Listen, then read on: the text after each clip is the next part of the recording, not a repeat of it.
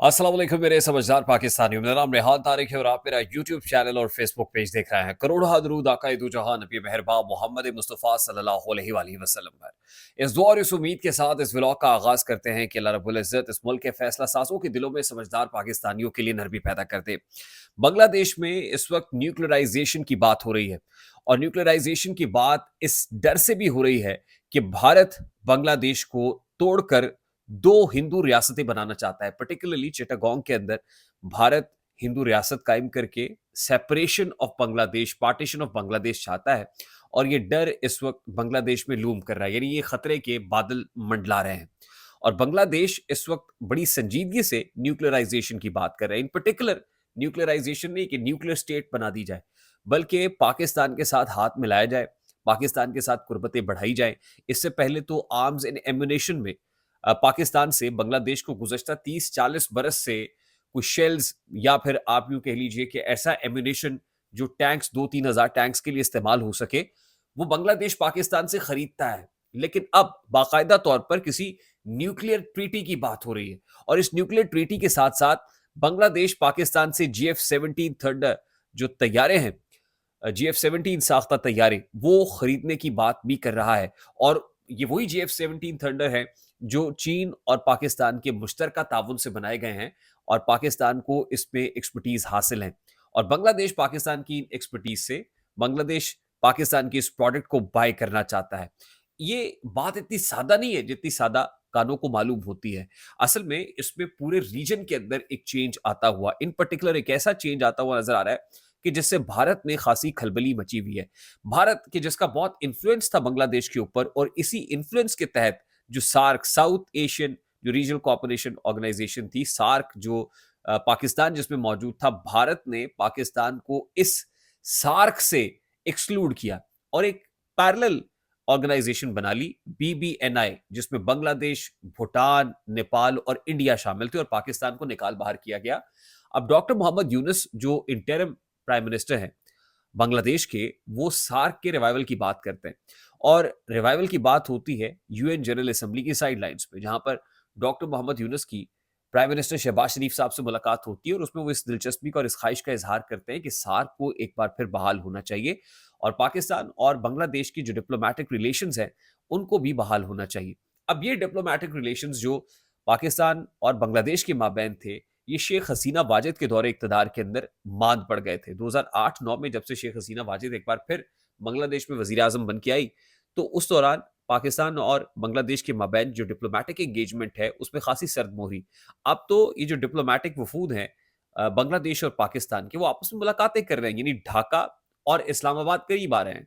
ना सिर्फ ढाका और इस्लामाबाद करीब आ रहे हैं, बल्कि जो बांग्लादेशी आर्म्ड फोर्सेस हैं और पाकिस्तानी आर्म्ड फोर्सेस हैं, स्ट्रेटेजिक लेवल के रिलेशनशिप्स डेवलप हो रहे हैं। जो ब्यूरोक्रेसी है वो करीब आ रही है, जो सिविलियंस हैं वो करीब आ रहे हैं। इन पर्टिकुलर ये इतनी बड़ी चेंज असल में शेख हसीना वाजिद की हुकूमत, क्योंकि शेख हसीना वाजिद ने ऐसा निज़ाम बना रखा था कि जो भारत नवाज था, जहाँ पे मोदी की इंटरफेरेंस बहुत ज़्यादा थी और इन पर्टिकुलर जमात इस्लामी के ऊपर बैन था।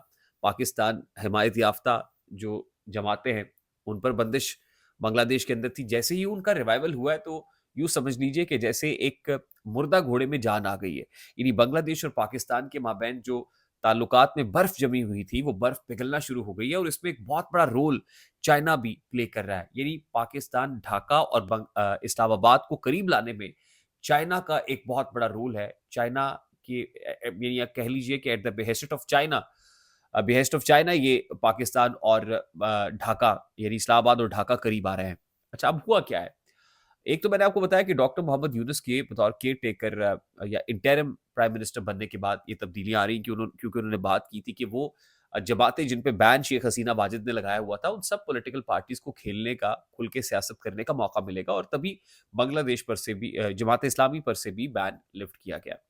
और ये समझा जाता है कि जो चेंज आया बांग्लादेश के अंदर शेख हसीना वाजिद की गवर्नमेंट गिरने से, उसमें China had some role to play. Although ये भी एक बहुत बड़ा डिबेटेबल टॉपिक है कि ये रोल चाइना का था या यूएस का था।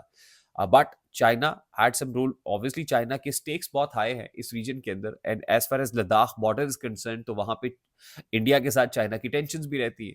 और फिर इंडिया का यूएस के साथ जो बॉन्डिंग है, वो भी एक बहुत बड़ा प्रॉब्लम है। ऑल दो चाइना और इंडिया के माबैन भी म्यूचुअल ट्रेड है, वो उसको भी शेयर करते हैं, लेकिन उसके साथ साथ जो चाइना है वो इस खत्ते के अंदर अपना असर रसूख बरकरार भी रखना चाहता है, और उसमें उसको पाकिस्तान सीपैक की सूरत में एक स्ट्रेटेजिक पार्टनर की सूरत में मौजूद है। चाइना की इन्वेस्टमेंट्स पाकिस्तान के अंदर, चीनी इंजीनियर्स पाकिस्तान में, ऑल दो चीन और पाकिस्तान के माबैन उनकी सिक्योरिटी को लेके हाल ही में प्रॉब्लम बना। लेकिन अब चाइना ये चाहता है कि बांग्लादेश और पाकिस्तान करीब आए। वो इसलिए करीब आए कि इंडिया को इससे एक शट अप कॉल मिलती है, और इंडिया कभी भी दोनों को करीब होता हुआ नहीं देखेगा। इंडिया हमेशा चाहेगा कि बांग्लादेश और पाकिस्तान के माबैन टेंशन रहें, और इंडिया बांग्लादेश को उंगली पकड़ के, यानी उंगली लगा के जहां ले जाना चाहे, जिस जगह पर वहां पे बांग्लादेश चलता रहे।